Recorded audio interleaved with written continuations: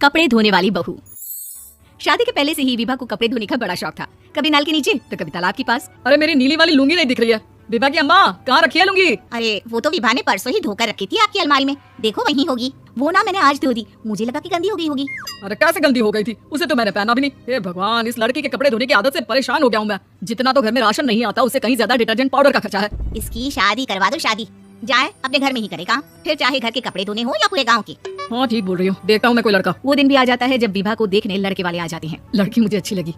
होने वाली सास कहती है, बेटी अगर कुछ पूछना है तो पूछ लो। वैसे तो हमारी लड़की बहुत ही शर्मीली है, जो बोल दो वो मान लेती है, इसे क्या पूछना होगा। अरे कैसी बात कर रही हो माँ, मुझे इन लोगों के घर रहना है, सवाल तो कई है। हाँ बेटा पूछ लो ना, क्या पूछना है।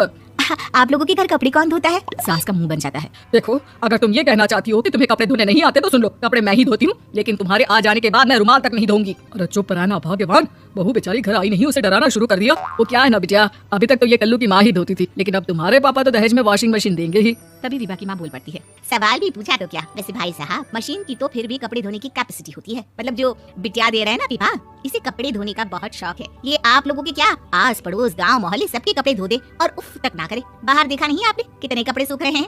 सब हमारी बिटिया नहीं तो धोए हैं। बस भी करो ना माँ, शर्म आ रही है इतनी तारीफ सुनकर। और तो और एक दाग निकाल कर दिखाओ तो मान जाओ। हाँ अच्छा माफ करना बेटा, मैंने गलत समझा, हमें तो रिश्ता बहुत पसंद है। और ऐसे जुड़ जाता है रिश्ता कपड़े धोने का शौक रखने वाली विभा का। उसकी शादी हो जाती है कोयला फैक्ट्री में काम करने वाले कल्लू के साथ। शादी के बाद अचानक विभा चिल्लाती हुई सास के पास आती है, सासू माँ, अरे सासू माँ कहाँ है आप? ये तो धोखा है, धोखा दिया आप लोगों ने मुझे। इस ससुर के चक्कर के बारे में पता चल गया। अरे तो उसमें तुझे क्यों धोखा मिला है? अरे नल में पानी नहीं आता, कपड़े कैसे कब धुलेंगे?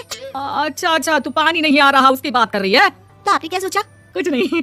अच्छा तेरी माँ ने कहा था कि कपड़े धोने का शौक है, तुझे याद आया मुझे। शौक बोलकर कपड़े धोने वाले मेरे जुनून को कम ना आके सासू माँ, कपड़ा धोना मेरा गुरूर है। तभी पति भी वहाँ जाता है। अभी मैंने इसे सनी देओल की फिल्म दिखाई है, उसी के डायलॉग मार रही है माँ। अच्छा सुन, साफ बता रही हूँ, पानी सुबह 4 से 6 और शाम को 10 से 12 आता है, समझी? विभा टाइमिंग सुनकर हैरान हो जाती है, ये क्या भूतों का मोहल्ला है? सुबह 4 बजे उठकर कौन कपड़े धोता है? 4 बजे टंकी में पानी जाता है, फिर सारा दिन धोना ना, किसने मना किया? अरे कैसी बात कर रही है? 200 लीटर की टंकी में कितने कपड़े धो लूंगी मैं? सुबह ही उठ जाऊंगी मैं। अब क्या था, विभा सुबह 4 से लेकर रात के 12 बजे तक कपड़े ही धोती रहती। एक रोज सास पड़ोस से निकलकर कहीं जा रही होती है कि साथ वाली कहती है, हाँ कल्लू की माँ, सर ये बताओ कि 2 साड़ी है, 2 ब्लाउज और एक पेटीकोट और एक नाड़ी वाला लंबा कच्छा। हाँ तो? अरे तो क्या, कितना लोगी धुलाई ये बताओ। धोबन दिख रहे हैं हम क्या?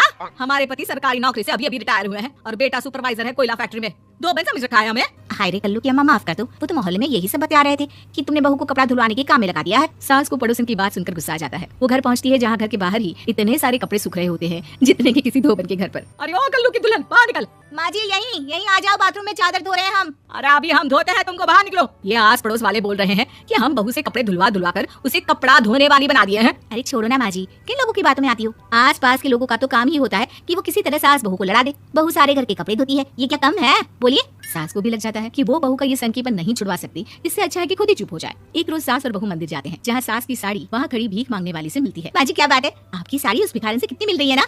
हाँ देखो तो दोनों की साड़ी मिल रही है। क्या बात है कल्लू की अम्मा, तुम खुद को तो अफसर की बीवी बताती हो और ऐसी सिंपल सी प्लेन साड़ी पहनकर घूमती हो। सिंपल और प्लेन नहीं है ये साड़ी। तो क्या सोने के धागे से फूल बने हैं? कुछ भी सासू माँ, कुछ भी। हाँ बने थे इस साड़ी में सोने के धागे से फूल। मेरे पति लेकर आए थे मद्रास से स्पेशली मेरे लिए 10,000 की। भाई साहब इस भिखारन के लिए भी सेम टू सेम साड़ी लेकर आए होंगे 10,000 की। सास उस वक्त कुछ नहीं कहती, लेकिन बहू के साथ घर आती है और अलमारी से एल्बम निकाल कर लाती है। ये साड़ी देख रही है, ये वही साड़ी है जिसे मैंने अभी पहना था। इस साड़ी में ये जो चमकदार फूल दिख रहे हैं ना, ये सोने के धागों से काटे गए हैं, लेकिन तू लोकल वॉशिंग मशीन ब्रश से घिस कर सारे फूलों को निकाल कर साड़ी प्लेन कर दी।